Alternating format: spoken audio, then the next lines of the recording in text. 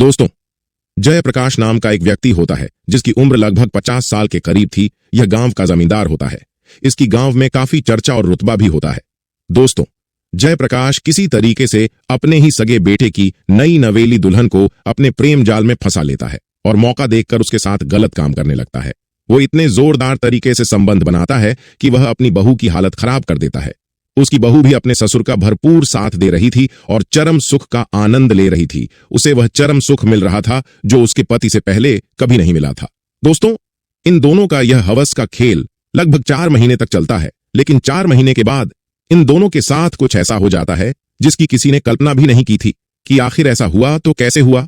जी हां दोस्तों, आज की इस घटना को सुनने के बाद शायद आप लोगों को भी बड़ी हैरानी होगी। दरअसल दोस्तों, ये सच्ची घटना राजस्थान के जयपुर शहर की है। जयपुर शहर के अंतर्गत एक छोटा सा परिवार होता है। परिवार के मुखिया का नाम जयप्रकाश होता है। इसकी उम्र लगभग 50 साल के करीब होती है। यह हट्टा कट्टा पहलवान जैसा आदमी होता है और गांव का जमींदार भी होता है। गांव में इसका काफी रुतबा था, नाम था, इसीलिए गांव के लोग इसको काफी मानते थे और अपनी समस्याओं को लेकर इसके पास भी आया करते थे। इसके पास काफी प्रॉपर्टी होती है, काफी जमीन जायदाद होती है, काफी सारे नौकर चाकर इसके घर पर काम किया करते थे। इसकी पत्नी का 3 साल पहले ही एक बीमारी के चलते देहांत हो जाता है।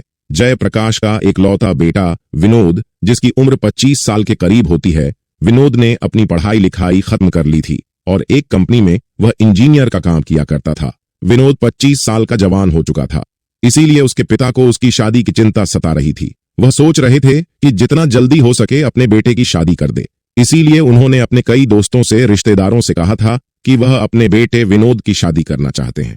कोई अच्छी लड़की हो तो बताओ।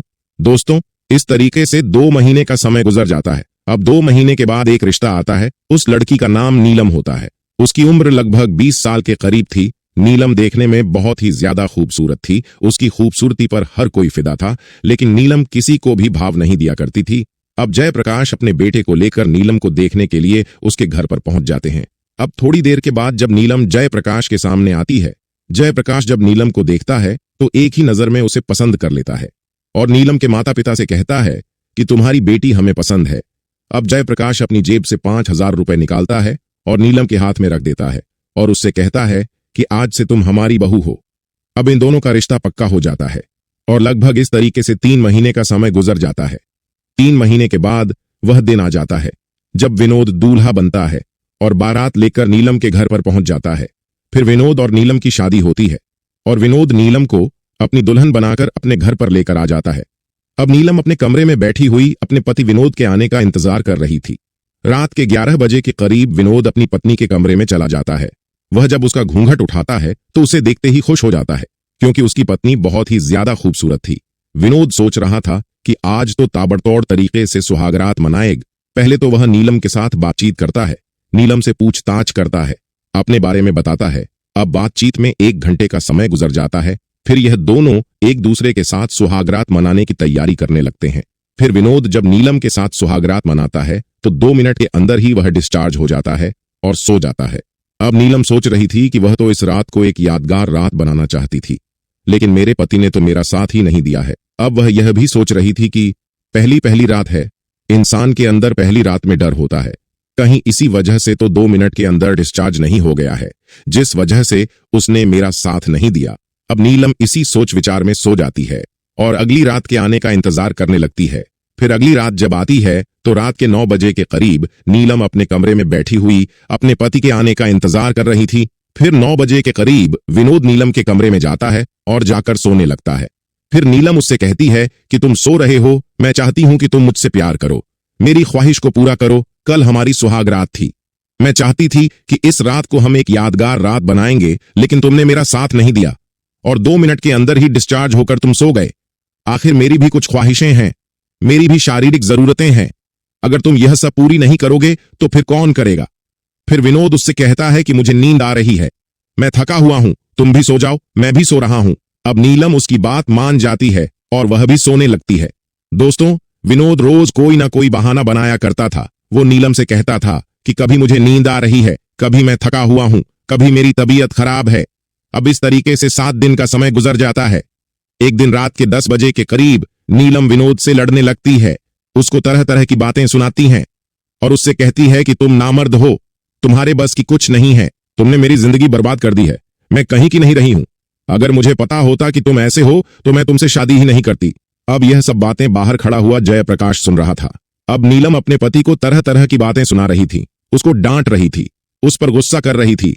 फिर विनोद नीलम से कहता है कि मैं काफी सारे हकीमों से दिखा चुका हूं, बहुत सारी दवाइयां भी खाई है, लेकिन जब कुछ नहीं हुआ तो इसमें मैं क्या कर सकता हूं।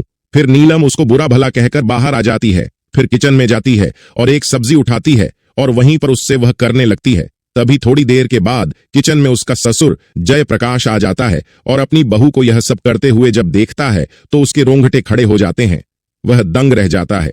नीलम भी जब अपने ससुर को देखती है तो अपने ससुर से शर्मा के वह भी अपने कमरे में जाकर सो जाती है।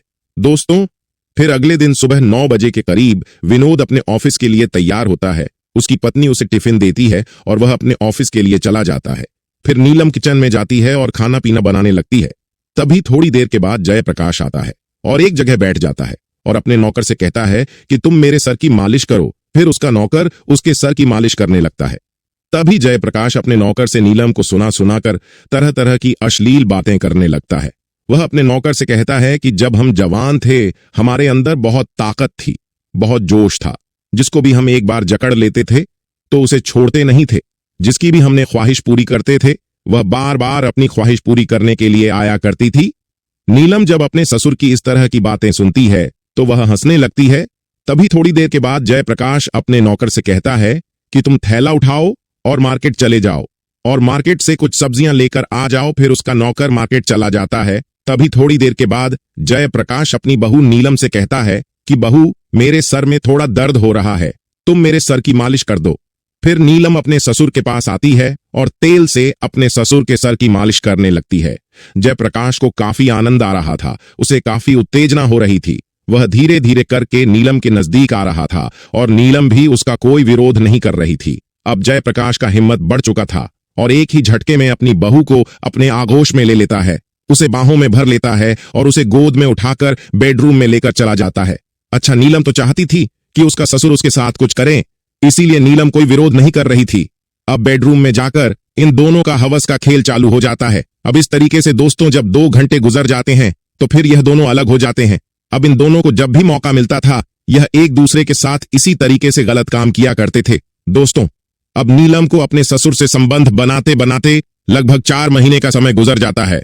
4 महीने के बाद एक दिन नीलम की तबीयत खराब हो जाती है।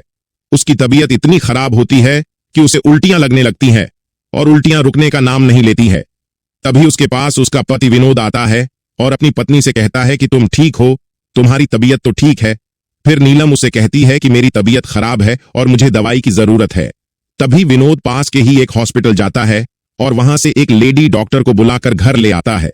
वह लेडी डॉक्टर जब नीलम का चेकअप करती है और विनोद से कहती है कि तुम्हारे लिए एक खुशखबरी है कि तुम बाप बनने वाले हो।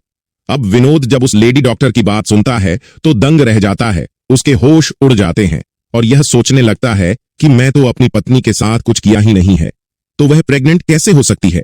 अब विनोद को काफी गुस्सा आ जाता है और अपनी पत्नी से कहता है कि तुमने मुझे धोखा दिया है, तुमने मुझे कहीं का नहीं छोड़ा है, तुमने किसके साथ मुंह काला किया है, तुम्हारे पेट में किसका बच्चा पल रहा है।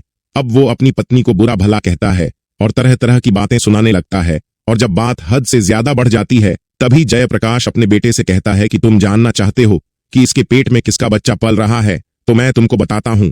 फिर जयप्रकाश उससे कहता है कि तुम्हारी पत्नी के पेट में जो बच्चा पल रहा है वह बच्चा मेरा है।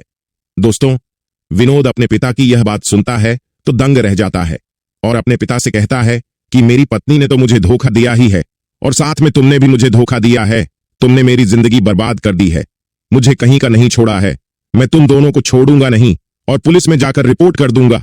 फिर ये दोनों डर जाते हैं और विनोद को समझाने लगते हैं, उससे माफी मांगने लगते हैं, लेकिन यह नहीं मानता है और पुलिस को फोन कर देता है। दोस्तों, कुछ देर के पुलिस इनके घर पर आ जाती है। फिर पुलिस विनोद से कहती है कि मामला क्या है, बात क्या है। फिर विनोद सारी बातें पुलिस को बताने लगता है और कहता है कि इस तरह का मामला है, मेरे पीठ पीछे इन दोनों ने हवस का गंदा खेल खेला है, मुझे धोखा दिया है, जिसका नतीजा मेरी पत्नी के पेट में पल रहा है। फिर पुलिस इन दोनों को थाने लेकर पहुंच जाती है। अब पुलिस नीलम से पूछताछ करती है और कहती है कि क्या तुमने अपनी मर्जी से यह सब किया है या तुम्हारे साथ जबरदस्ती हुआ है। फिर नीलम पुलिस से कहती है कि यह सब मेरी मर्जी से हुआ है। अब पुलिस कर भी क्या सकती है, जब इन दोनों ने अपनी मर्जी से किया है, उसके बाद इन दोनों को रिहा कर दिया जाता है। दोस्तों, इस घटना को सुनाने का मकसद आप लोगों को परेशान करना या आपका दिल दुखाना नहीं है, बल्कि आपको जागरूक और सचेत करना है। दोस्तों, मिलेंगे फिर एक नई वीडियो में। आप अपना और अपनों का ख्याल रखें।